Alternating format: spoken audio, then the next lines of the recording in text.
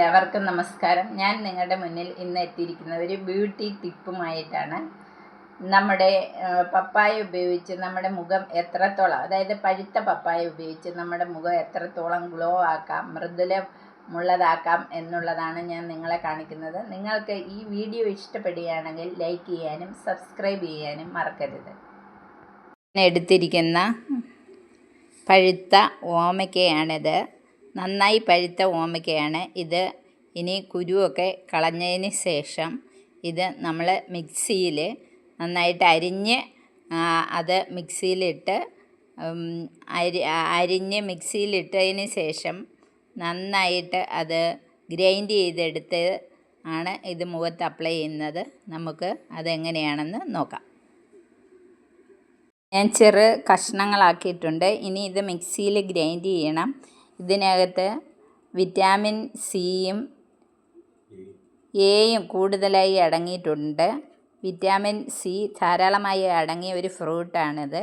ഇത് ഞാൻ മറ്റ് ഇൻഗ്രീഡിയൻസ് ഒന്നും ചേർക്കാതെ തന്നെയാണ് ഇത് ഗ്രൈൻഡ് ചെയ്യുന്നത്. എന്നിട്ട് ഫേസിൽ അപ്ലൈ ചെയ്ത് ഞാൻ നിങ്ങളെ കാണിക്കാം. മിക്സിയിൽ നമ്മളിത് ഗ്രൈൻഡ് ചെയ്ത് എടുത്തിട്ടുണ്ട്. നമുക്ക് ഇത് മറ്റൊരു പാത്രത്തിലേക്ക് ആക്കാം. ഇത് ഞാൻ നന്നായിട്ട് ഗ്രൈൻഡ് ചെയ്ത് ഈ പരുവത്തിലാക്കി എടുത്തിട്ടുണ്ട്. കാരണം ഇത് ഞാൻ ഒരു ശകലം പോലും വെള്ളമൊന്നും ഒഴിച്ചിട്ടില്ല.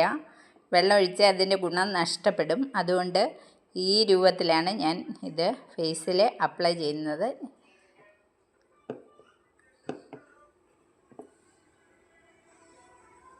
ഇത് ഞാൻ നിങ്ങൾക്ക് മുഖത്ത് അപ്ലൈ ചെയ്ത് കാണിക്കുകയാണ്.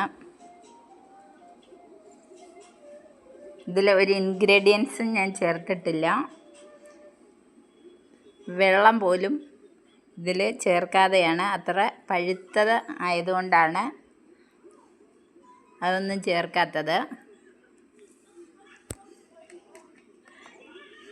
നിങ്ങൾ ഇതുപോലെ വീട്ടുമുറ്റത്തുള്ള ഇതുപോലെയുള്ള വിറ്റാമിൻ സി അടങ്ങിയ അല്ലെങ്കിൽ വിറ്റാമിൻ എ ഒക്കെ അടങ്ങിയ പപ്പായ പഴുത്ത നിൽപ്പുണ്ടെങ്കിൽ വല്ലപ്പോഴും ഇതൊക്കെ മുഖത്ത് അപ്ലൈ ചെയ്യുക. വെറുതെ ബ്യൂട്ടി പാർലറിൽ കൊണ്ടുപോയി കാശ് കളയേണ്ട കാര്യമില്ല.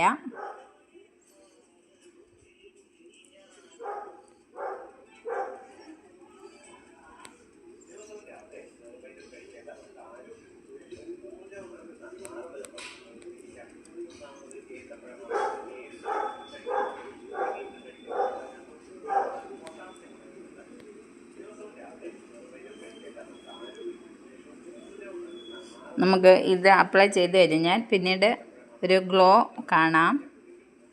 അതുപോലെ ചർമ്മം നല്ല സോഫ്റ്റായി ഇരിക്കുന്നതായിട്ട് കാണാം.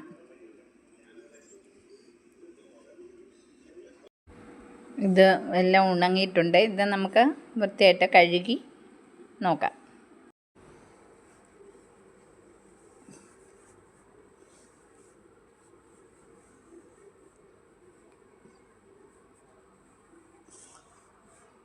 നല്ലൊരു ഗ്ലോ മുഖത്തുണ്ട്. നിങ്ങളെല്ലാവരും ഇതുപോലെ ചെയ്യുക.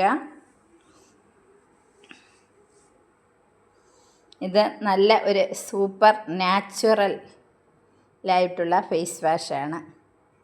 എല്ലാവരും എൻ്റെ ഈ വീഡിയോ ലൈക്ക് ചെയ്യാനും സബ്സ്ക്രൈബ് ചെയ്യാനും മറക്കരുത്.